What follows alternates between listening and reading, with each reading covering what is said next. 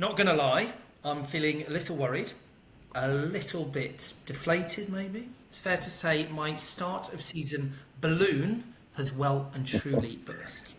Yeah, maybe let's not have too much pre-chat then. Let's just get straight on and record this goddamn episode. Run that sting. The big man with a big goal on the big occasion. Well, welcome to the second episode of season 2 of You Are My Oxford podcast, the pointless episode, I think we're calling it. Coming up, 2 league defeats to reflect on, of course, but there was a win in the League Cup as we start our 40th anniversary campaign to regain our trophy, of course. There was also a huge announcement, wasn't there, regarding the new stadium. We're going to discuss whether a second season syndrome is a real thing. And Dan's going to get all nostalgic with another big game from 1986. All those things, Matt. And a quiz, of course. We love a quiz. Shall I ask you the question now? Go for it then. So, as we all know, this season marks 40 years since we won the Milk Cup in 1985-86. Can you name all the teams we played against on the way to the final? As always, Matt, I'm going to give you until later in the episode to give me your answers. There's a point for each. I think, Matt, there's one you are not going to get. I tested myself earlier on. I couldn't get one of the teams. So, in honour of our current position in the table, we're going to call that the pointless answer. Okay, very good. I mean, I think I'll do fairly well on it, but I'll get thinking during this. We are recording this on the Monday after the 3-2 defeat at Hull. Of course, this match every season will always be known as the Dan Curtis Derby. Dan, how was it for you? I didn't go. I decided to save myself some brownie points, about 140 quid in train tickets and quite a lot of heartache. I decided not to go this time. It's a decision I'm not regretting at the moment. Did you manage to listen, watch, or follow? Well, so what happened was we had friends over, well, not friends, family over for dinner, and they turned up incredibly late, like they always do.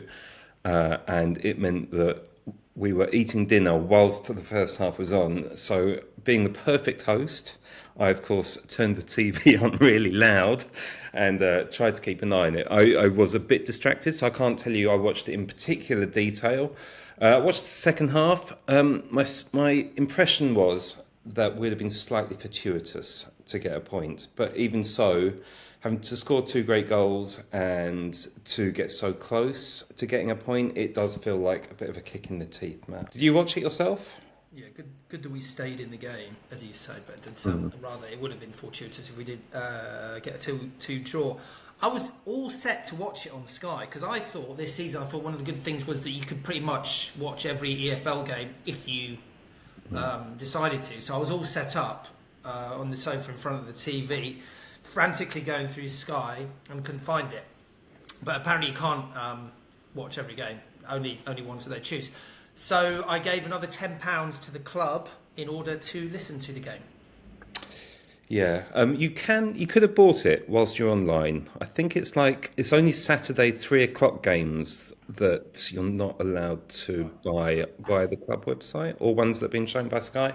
But I think you could have got it online. But what really bothered me about the game, Matt, I'm not going to lie, is that it seems to take Hull precisely 1 minute to work out the left side of our defence is a bit of a weakness at the moment, and they exploited it. Centre of defence is a bit of an issue, clearly an issue. I guess my worry that is obviously a massive issue. Let's delve into that. I think my worry is that we don't seem to progress too much from last season, and I guess a lot of hopes still riding on Prelic, who needs to come into the team, and Dekir Smaka, who I'm putting a lot of hope on. But the worry is that the current crop, without those two, without any more signings, who knows whether any more will come before the transfer window ends, would point to the fact that it is going to be a long season. I think we've got a very, very big Kieran Brown-shaped hole in our defence right now. Someone to play that left side of central defence. And the other person, obviously, we're missing a lot from last season is Ben Nelson. Very occasionally you see people on the forum saying, he's going to come back, he's going to come back. I mean, Is he started from Leicester? I've been meaning to look and haven't looked. this isn't that kind of podcast, Matt. We're not the kind of podcast where we do research into stuff like that. We think on our feet. Probably should have looked that up. And a big BDK hole too, Dan. I mean, having not watched him play at all I can go on is, in fact, he looked quite good in pre-season, and it would be very nice, obviously, to have him available at the moment.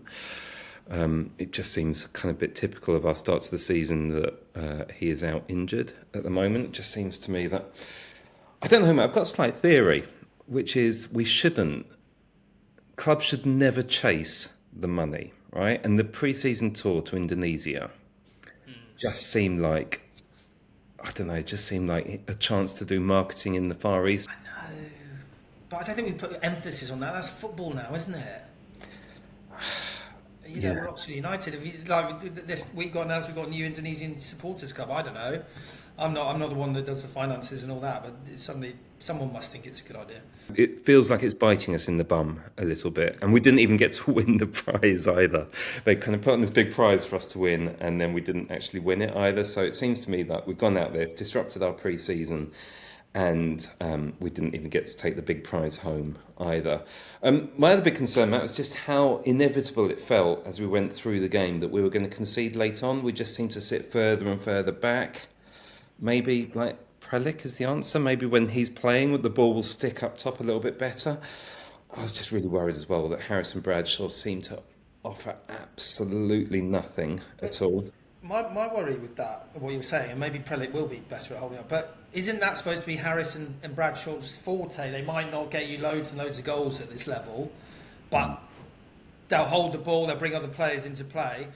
I do worry about up front. Obviously, we've not seen Prelic yet, so let's see what he's all about. I think Vaux and Brannigan in the midfield, although has done a job, is just not quite strong enough in the Championship, and that seems to need to be improved. And hopefully, as I say, BDK coming in, and then we've got the issue at centre back. So that suddenly, I'm like, well, that's our spine, isn't it? So there are a few worries. Dan, you were at the Pompey game. I wasn't at the game. You sent me a pretty gloomy message after that game. Let's look for some positives. Tell me something that you enjoyed from that game. Well, I've got a much better seat this year than last year. Last year I was surrounded by really sweary kids and I couldn't see the halfway line because the crossbar was right in the way. This time I'm a little bit further back, so I've actually got a belting seat.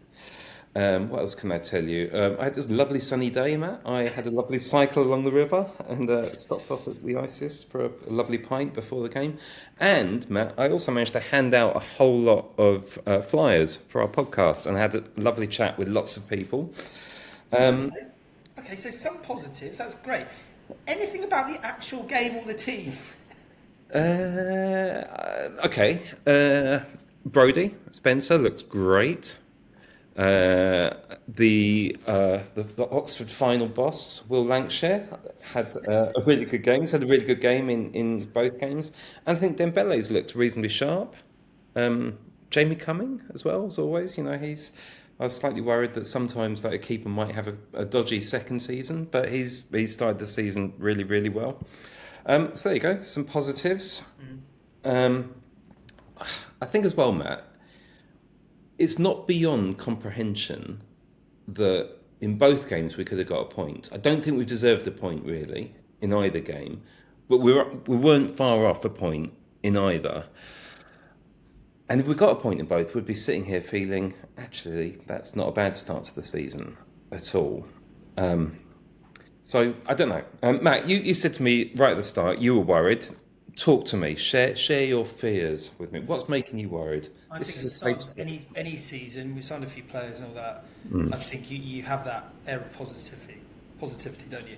I think last season, I look at it, and we obviously lost at home to Pompey, and away by the odd goal to Hull, and with 2 games in, and exactly the same has kind of happened. Oh, nice. So, as I say, I'm just worried. I don't think we've improved at all.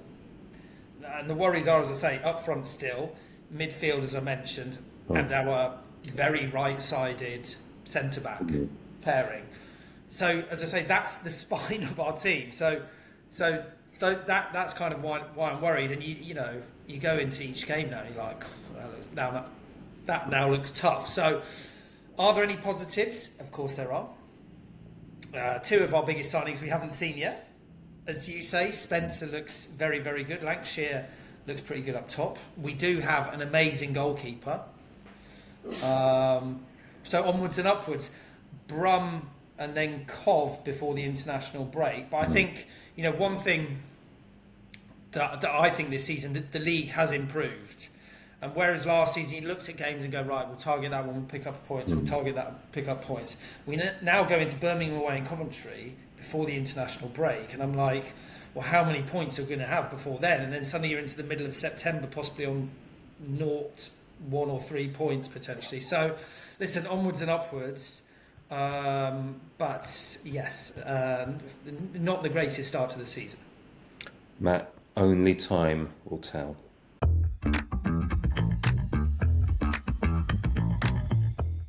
Well, it's that time of the week where we're meant to be joined by Theo from his Stats Kitchen, but after not replying to any messages over the weekend, he sent a one-liner saying he's been at a festival all weekend and now he's gone off radar again. So if anyone's still at a festival, take a look for us. He'll be the one dancing alone at the now long-abandoned indie stage, whilst also looking up XG while he's doing it. So yeah. Or maybe XE, or maybe XF, or any X. The other letter. Yeah. Anyway, he was meant to be investigating whether second season syndrome is a thing. Maybe he's suffering second season syndrome. Yeah, possibly. But as he's off radar, we are not going to know statistically whether it's a thing or not. But Matt, I wanted to ask you, as an ex-player, what second season is like for players? Is there like a lack of motivation? Is it just a natural drop-off? There's one thing to say, it's never about a lack of desire or motivation.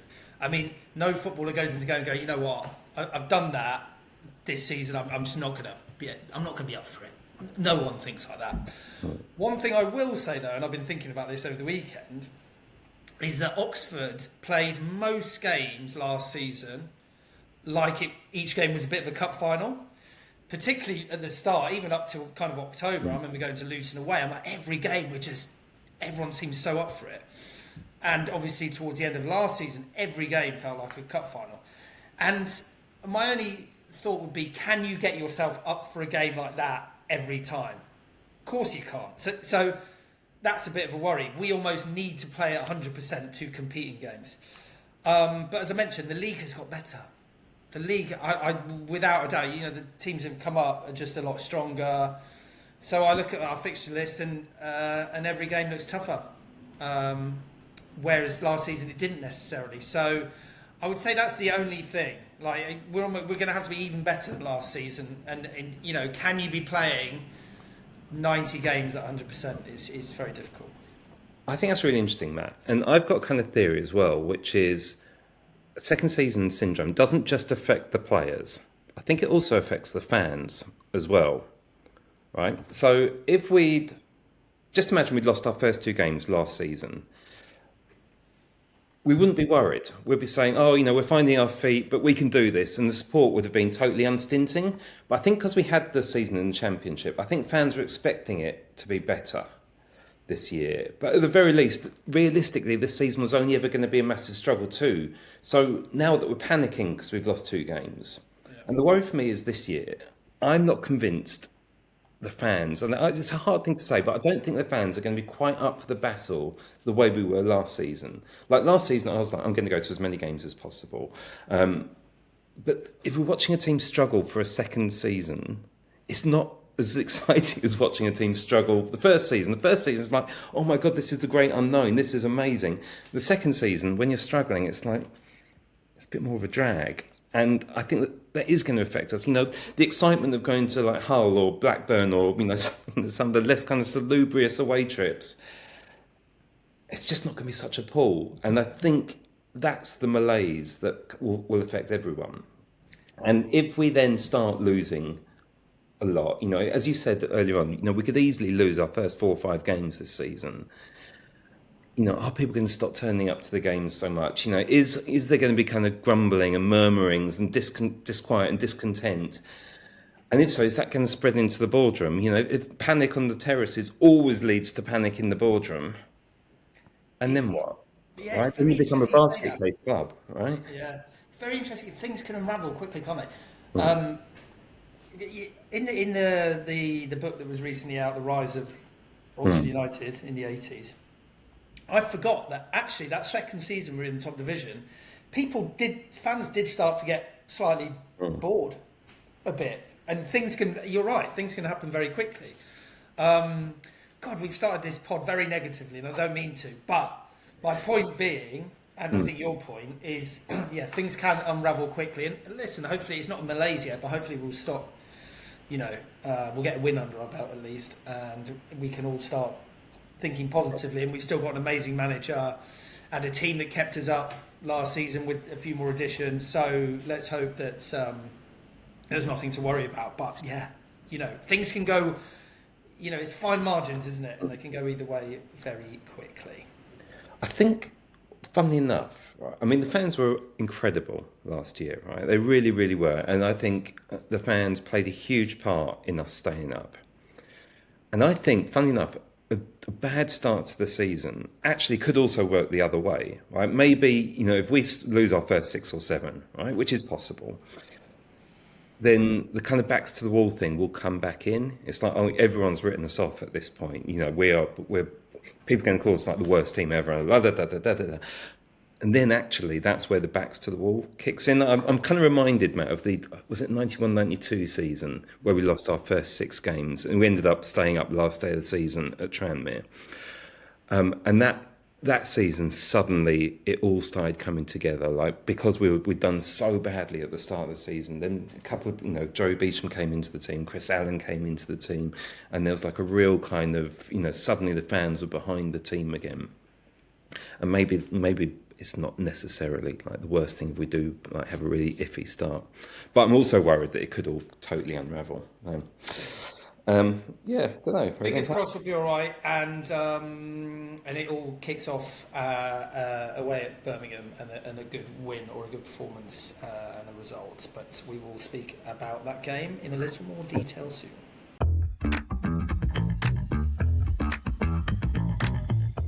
So the good news from the past week is that Cherwell District Council approved planning permission for the new ground at the Triangle site. Next, it has to be approved by government, but the general consensus is it's all systems go for now. Dan, I'm sure you sat through all 4.5 hours of proceedings. Oh, God, wasn't it compulsive? No, Matt, I actually have a good excuse. I was sitting on a train at the time between Chisinau in Moldova and Bucharest in Romania on an overnight train. So that's my excuse for not tuning into the whole thing. However, my WhatsApp group, my OUFC WhatsApp group, was pinging all the time with excited updates. No such excuse for you, Matt. You must have sat through it then in researching for the podcast, because you're going to do a big section on this, I think. No, of course. I'm not going to say I listened to all 4.5 hours. However, I did dip in and out. And Jerome, hats off, was excellent guiding everyone through. I actually, one of the moments I dipped in was when our fan Roland Clements gave his impassioned kind of speech, and I must admit I did have a little tear in the eye. I didn't have a tear in the eye by the other 4 hours of technical nonsense, but no, cracking result. What do you think? First of all, I just want to say as well, Matt, there's something I love about Radio Oxford. I reckon it's got like 5 songs that it plays. Yeah. I always kept dipping in for the songs as well. And like it's always like a classic kind of 80s ballads. Go Ahead Jump by the Pointer Sisters. They must have played that at least once. Every time I listen to Radio Oxford when it's not like an Oxford United match, it always seems to be playing that. Matt, I don't know. I don't know what to say about the new stadium. I obviously really hope it happens. I can't see how the club possibly survives without it happening. But I'm not sure whether. I don't know. The whole thing just leaves me a little bit worried still. Like 150 million pounds, paying that back is never ever going to be cheap. No one's going to gift us the money. So if people think that suddenly we get the new ground and the chair people are going to chuck loads of money at the playing side, I just can't see that happening. We're going to be servicing absolutely massive debt for a very, very long time. Matt, I'm not a man who understands finance matters, though. Enlighten our listeners. You're obviously a very kind of business savvy individual. Exactly. Yeah. Listen, I'm getting swept along on this wave of positivity. I'm listening to other people who are far more kind of well read on these matters, and they say it's going to be a good thing. So I think it's going to be a good thing. On a very, very selfish point of view, it's much closer to the area of Oxford I'm from, so we'll make visiting parents and match day potentially a bit easier. But in all seriousness, since I started supporting Oxford in the mid-80s, from pretty much the first day I went to the Manor, people were saying, well, we need a new ground, and then that took ages and didn't happen. Then we got we started putting spades in the new ground, and then that stopped for 5 years or whatever. Then we got a new ground, it wasn't quite right, and then the owner ran off and started renting the new ground. So in some ways, we've almost never had that home we wanted, and this I think gives us the chance to have that home we wanted. So that's a good thing. It would be. It'd be lovely to have a new ground. It'd be lovely to have a new ground that's near a train station. For me, as somebody who travels up from London, it'd be so much nicer to just get off the train at Oxford Parkway. It'll make my life a whole lot happier. Having somewhere we can call homes, having somewhere that's not slightly embarrassing, having somewhere where hopefully... I don't know if you saw, Oxford City did was it TikTok or a tweet or something, just showing off the incredible food they do at Oxford City matches. And I was like, why can't we have that? Why can't we have lovely food? And we all know the reasons why we can't at the minute. And it lends itself a real opportunity for all those kind of things, and for being it's an opportunity to be the most sustainable club in the country or whatever. It's a real opportunity now. So let's hope we start digging and grab the opportunity by both hands. This kind of area of conversation isn't our natural habitat on this podcast. I'm not sure which area it is, but it's definitely not this. Just rambling about nonsense is our natural habitat. Along those lines, Matt, you sent me a couple of lovely ideas the other day for this podcast. So I'm going to do you the honour of asking you to answer the questions that you sent me. Okay. And the first thing you sent me was, what should the name of the new stadium be? So go on you go. You've obviously thought about this non-stop, right? The one that maybe people won't be too surprised to hear, because I remember it was mentioned originally for the Kassam Stadium, is the new Manor. And I think we can let's discuss that. Yeah. But the new Manor, obviously a lot of people are saying the triangle. Do we just go simple as triangle? It's been known, locally for quite a while as the triangle. But I want to go for the Kidlington Megadome. Nonsense. I'm not having that at all. What do we think about the new Manor? The new Manor's the obvious one, and it'll probably end up being, when Shrewsbury moved to the new stadium, they had what do they call it, the new meadow, I think. Yeah. And then obviously, a sponsor will come along at some point, and if we're going to pay 150 million pounds for this bad boy, a sponsor's going to have to come in at some point. So if it ends up being something like the mini Manor or something like the new mini Manor or something along that. I could certainly live with that. I loved your idea of the triangle. On Blue Sky, there's somebody called Brian Skittles, who I don't know, but they posted the idea that if it's known as the triangle, then Dairy Lee could be approached as the sponsor. I thought it was quite good. Along similar lines, I then posted that we could approach the Bermuda Tourism Board. So it could be the do it.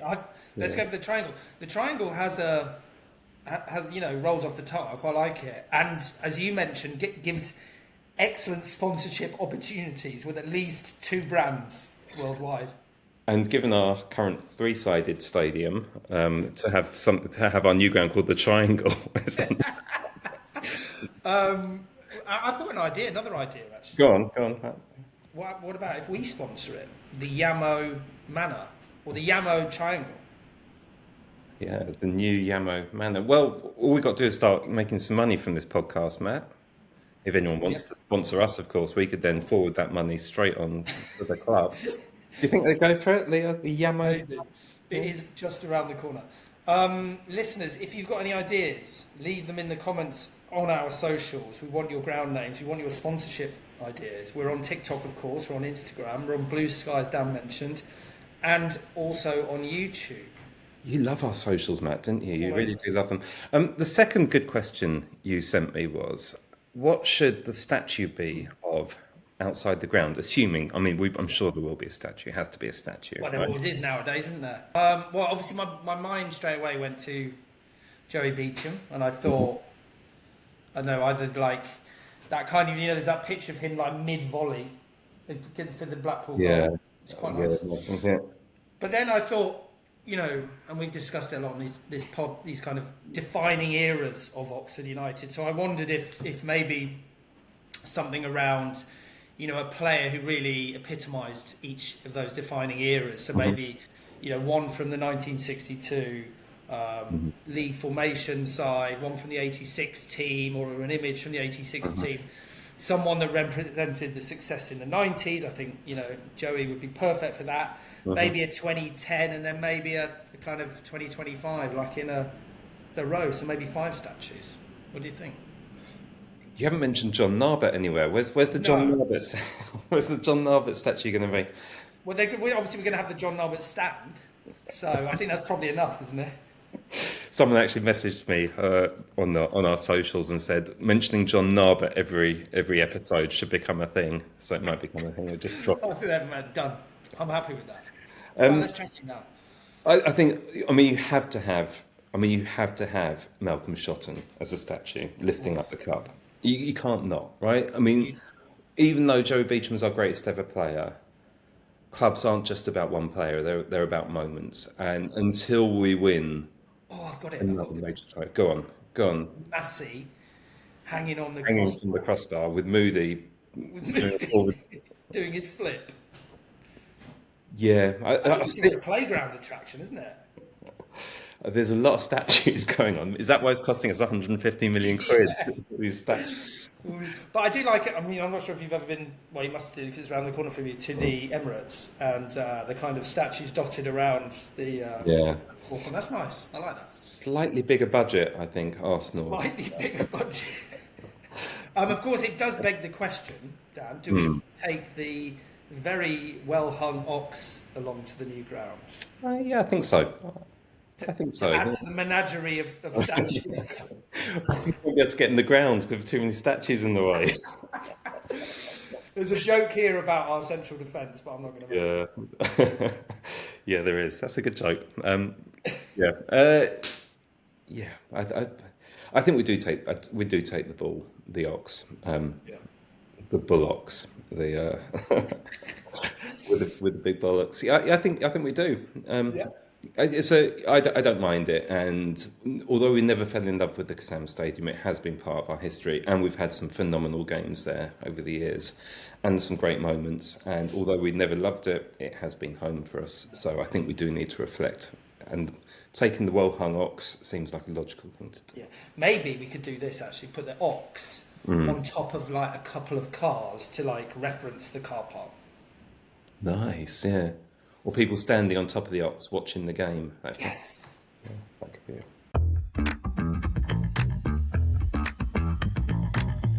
Now, there was actually some good news on the pitch to talk about, and that was a 1-0 win in the League Cup, our League Cup, over Colchester, and a beauty, an absolute, wonderful goal by Tyler. Yeah, lovely to see him rippling the onion bag after quite a absence, really. Yeah, it's been a while. It was like January last year or something. Was it even before? I think it will be a fitting way for us to celebrate our 40th anniversary of winning the trophy by, this season, I'm calling it now, re-winning the trophy, our trophy, the League Cup. That'd be nice, wouldn't it? Good to win the major trophy again and actually qualify for Europe this time. Yeah. Is that what you were doing in Moldova, Dan? Scouting potential opponents for the early rounds next season, maybe? No, I was actually on a work trip, but a nice place to visit, actually, Matt. Not going to lie. I looked up, things to do before I went, and people told me it was a bit of a dump online. But actually, as anyone who follows our TikTok account, which is also doubles up as my personal TikTok account, anyone who wants to see what Chisinau is like, the capital of Moldova, it is a rather nice and pretty city. The big team in Moldova, of course, Matt, are called Sheriff Tiraspol. They are. Not from Chisinau, but from another region. Tough opponents, I think. They are quite often in the old Champions League.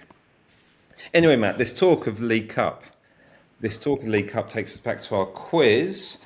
I asked you the question, name all the teams that Oxford played on their way to the Milk Cup final in 1986. I reckon there's one that you won't get, based on the fact that was the one that I didn't get. If you get that pointless answer, I will give you a prize. So I think I've done quite well in this, but I think maybe I'm missing one, and I did just write them down, and I've just not. Where have I put my answers? I just write them down, but now I'm pretty sure I can do them off the top of my head. Where did I write them? Who did we play in the first round? Over 2 legs, Matt. We definitely played Northampton in the first round. Correct. We didn't play great against them. A win is a win, my friend. A bit like Colchester this year. A win is a win. A win is a win. Then we played, and I forget the order. We definitely played. Well, we definitely played Norwich because they were the holders, of course. They were, of course, the holders. You've missed out the team we played prior to that, which was Portsmouth, I think. That was my pointless answer. But we played Portsmouth after Norwich, so you're still missing whoever we played in the second or third round or whatever it was. After Northampton and before Norwich, we played someone else. Oh, I'm going to kick myself if I don't get this. Oh, begins with N. Begins with N. It's an N team. Oh, it's Newcastle, wasn't it? Newcastle. There you go. Yeah. Semi-final, of course. Semi-final. Villa. Yep. And then final, of course, QPR. Anyway, shall I tell you why this should have just rolled off the tongue? I mean, it should roll off the tongue because it's our greatest, achievement ever. But I'll show you. And for those listeners who are watching on YouTube, you'll have noticed a piece of merchandise over my right shoulder.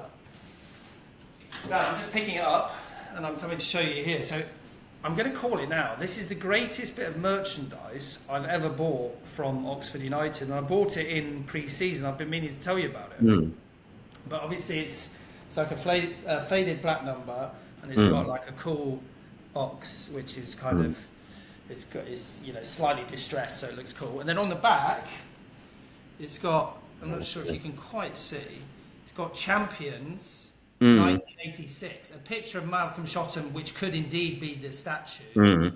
It's got the team who started that day from 1 to 11, and then at the bottom it's got the opponents all the way through to the final. So yeah, Northampton, the two-legged affair, 2-0, 2-1.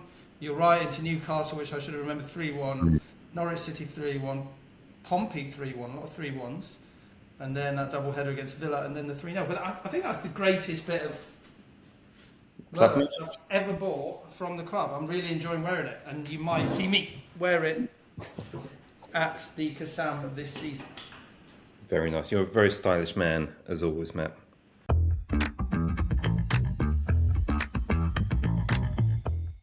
Well, as you know, we love a little bit of a nostalgia here at the You Are My Oxford podcast. Dan, you're hogging this at the moment, and it seems to be your turn again. So go on again, and I'll do one next week. Yeah, it'd be nice if you actually, did think of some ideas for this sometimes, Matt. But I'm going to reminisce about a game, Matt, because I'm a thoughtful man. Very thoughtful man. I'm going to reminisce about a game that I'm pretty certain you were at too. It was a really significant game of football on many, many levels. So, first of all, I'm going to run this short video from our socials. Matt, you love our socials, I know well. If you are listening, it'll still make sense, I hope. But you can actually watch the video on our TikTok, our YouTube, and our Instagram if you just search for You and My Oxford podcast. Let me just run the VT, which I think will explain what the game is. It's 1986 and a top division clash between a cup-winning giant in Manchester United and floundering Oxford United. Wait, Oxford were the cup winners and Man United were the flounderers, but don't let details get in the way of a good story. Photographers jostled outside the ground to get a glimpse of Man U's brand new shiny manager, a Scotsman called Alex Ferguson, who'd enjoyed so much success with Aberdeen. This was an era where there was almost no TV coverage. Only one camera covered the game for BBC News. Football was truly in the doldrums. The tiny ground, capacity just 13,000, was crammed, but you could get tickets right up until kick-off. I know because I arrived at 2:45 and paid £3 to watch my first ever game at the Manor. United, Manchester that is, were rubbish. United, Oxford that is, were better. Lethal striker John Aldridge put us ahead from the penalty spot. And in the second half, Neil Slatter slammed home a second to secure the points. Funnily, no one was that surprised because in those days, we could beat most teams at home, especially crap ones like Man U. What happened afterwards then? Well, it took a while, but Sir Alex Ferguson went on to win umpteen league titles and Champions Leagues. And Oxford? Well, Robert Maxwell pulled his money out of the club. We got relegated the following season, and 20 years later we were out of the Football League altogether, losing to village teams in the 5th tier. Thankfully, we've recovered since then. One thing will never change. Sir Alex Ferguson and me both visited the Manor Ground for the very first time on the very same day, and I was the one that went home happy. Mate, what a day. So my first ever game at the Manor. My second ever game overall. I'd been, a few weeks earlier, went to watch Oxford draw 0-0 at Highbury, which is my local ground. I mean, that's a great start, isn't it? That's a quiz question for someone else. What were Dan Curtis's first 2 Oxford games? And guess the scores. And guess 4 the scores. points. Yeah. 4 points from opening games against Arsenal and United. And both games are literally, it wasn't like all ticket or anything, you literally just turned up on the day. So the Arsenal game, I was 13, 14, and I lived in Finsbury Park, just up the road from Arsenal. And I said to my dad, can you take me down to the game? And thinking he was going to come in and watch it. My dad absolutely hates football. So he walked me as far as like the end of the road where you could see the Arsenal stadium. And he said, right, there it is, down there. Sent me down. I paid my £3 and I stood on the clock end terrace. We drew 0-0. I think Jeremy Charles's last ever game for us. I think he got sent off. And all I remember is John Aldridge missing a one-on-one with John Lukic, where he took it round John Lukic and then put it wide. So could have actually won there. And then a couple of weeks later, we were visiting my grandparents who lived in Oxford.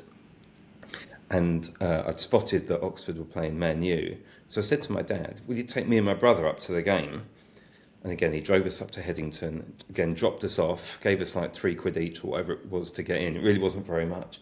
And went up to the London Road and couldn't get in there. So then walked around to the Osler Road and snuck in, totally rammed, but kind of edged our way through to the front, had like a face right up against the cage, and watched us win 2-0. And it was like, we won 2-0. Like, kind of exciting, but not, Yeah, it's funny what you remember because we also went to the game with my dad with and stood on the beach road, and my dad always used to get early to the beach road, or more often than not, and watch the coach come in and the players, and then we go back round to London Road and get some chips or whatever. And so we saw that famous footage of Fergie going in. We were actually there and saw him come in.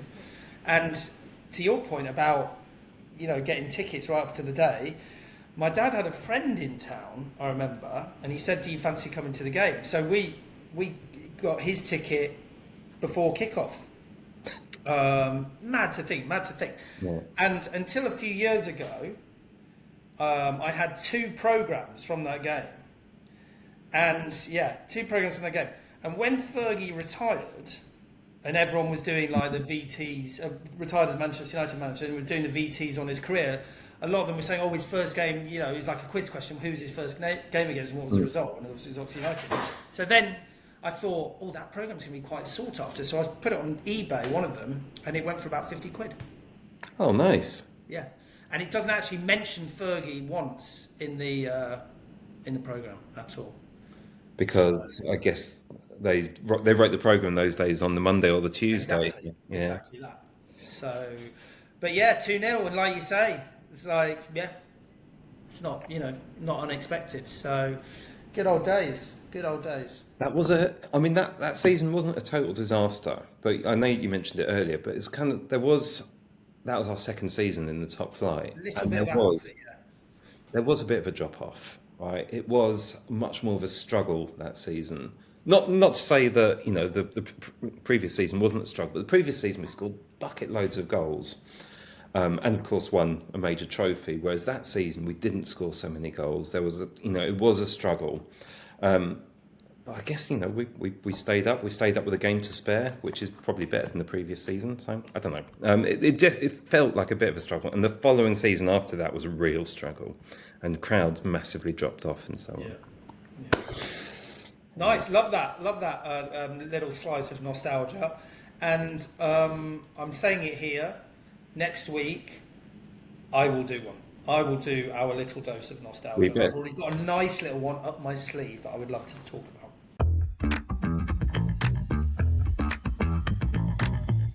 Have we got time, Matt, for a quick preview of the next couple of games, neither of which I'm going to be at? First of all, Matt, Birmingham away. You're going?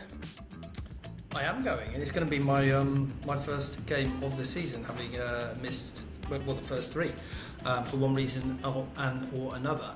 And actually, Dan, I've got a bit of a hot take for you on this one, because I'm going to put it out there, and I think I hate Birmingham and Wrexham more than any other teams this season. Can you guess why? I'll tell you why. Because of the term Hollywood Derby. It seems like nothing is. I've never heard anything more ridiculous in football. It's anti-football. It's made-up nonsense. I mean, how much coverage there's going to be of that game when it comes round this season, the Hollywood Derby. Be all over Sky, BBC will fall for it. It's Wrexham against bloody Brum. Anyway, so that's my hot take. What do you think? Do you agree with me? Or am I being overblown? Or does it make the championship more exciting? I don't know. It's Wrexham against... I've been at Wrexham away when there was like 3,000 there in total. I went to Birmingham in the 90s when there was like less than 10,000.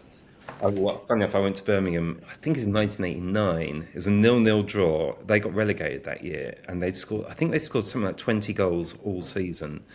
And they were like the worst team you've ever seen. And St Andrews was an absolute shithole, literally absolutely crumbling to pieces. And there's a crowd of less than 5,000 there. So, I mean...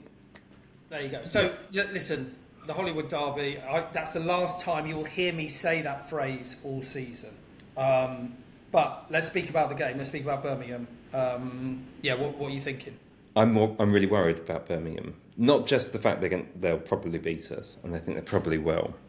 I think, Matt, they might be the team that takes our crown as the only team to have won successive championships. Oh, wow. You thinking they're going to be that good this season? I think they're going to be really good, yeah. Well, that's a bit of a worry from where we go. Yeah, I mean, well, funny enough, do you remember we played them, God knows how many years ago, but we were really struggling that season in the championship, and we beat them 1-0 at their place. Was it Alex Dyer who scored or something? It's like a real unexpected win. And then we played them a couple of weeks later at our place, and they stuck 7 past us. So you never know. Maybe we could sneak something, but So we've got the potential championship champions, and then we've got a Premier League Brighton. So it obviously gets easier. Seriously, the League Cup, which obviously we're going to win this year, but how do you think we'll get on against Brighton's reserves? I just wish. Well, obviously we're going to win because we are literally charging towards regaining our cup. I just wish it'd been away, Matt. Yeah. I haven't been to Brighton's new ground, obviously. Last time I went to Brighton was when they played at what was it called, the Goldston. We seem to always win at the Goldston. It would be nice to visit there. It would, really nice. My brother lives just down the road in Lewes, so we could have popped in and stayed at his. That would be nice. Oh well. And then yes, and then we've got Coventry at home, which will be my first game at the Kassam this season. Will you be there, Dan? Yes, yes, I'm going to be there. I thought, Matt, what we could do actually was we could hand out some more flyers for our very popular Love it. podcast. It was really weird actually doing that. Lots of people saying, "Oh yeah, listen to that already." I mean, it wow. could be that they listen to other ones, or it could be they're just saying anything to get rid of me at You're that. allowed to listen to other ones, Dan. I don't feel bad about that. Well, We're trying to wrestle. We're trying to wrestle listeners I off think- the other stations in like I just some want. kind of ITV v BBC kind of I World Cup battle. I or something. think we deserve top spot. I'm not saying the other ones, don't have their place, but you got to think big, mate. You got to think. I want us to become media magnets. I want our podcast to become so successful that we are the next owners of this club. Right? Mate, I The think sponsorship floods in for our podcast. As the Baby steps, YouTube but royalties, there's definitely green shoots there. then we take over the club. We buy it. Then we can call the stadium what the hell we want. It is the Yamo Manor. Sounds good. Sounds Yeah. good. Yeah, I will see you outside the ground with some flyers if you want to come and say hello, because it says that in the script here. Yeah, come and say hello to us. We're just like this in real life, Matt, aren't we? Yeah, Come and talk about John Narbit with us. Yes. Or Colin Greenall. Colin Green. Do we have to mention him as well now? Maybe. Maybe. I'm all for it. Listen, thanks for listening, everyone. If you are enjoying the pod, please recommend it to your friends or to your Oxford United WhatsApp groups. Everyone seems to have an Oxford United WhatsApp group. If you are a listener, don't forget we're on YouTube too, where you can see our handsome faces and lots of other nice video treats that we add to the video version to make it worth watching. Yeah, we'll be back in a few weeks, probably after Coventry, because that's when we've got the big studio and all the crew booked in, because as you can imagine, it takes a cast of thousands to make this good quality podcast. So we will see you then. I'm joking, but see you soon. Lovely stuff. See you soon. Take care, everyone. The big man with a big goal on the big occasion.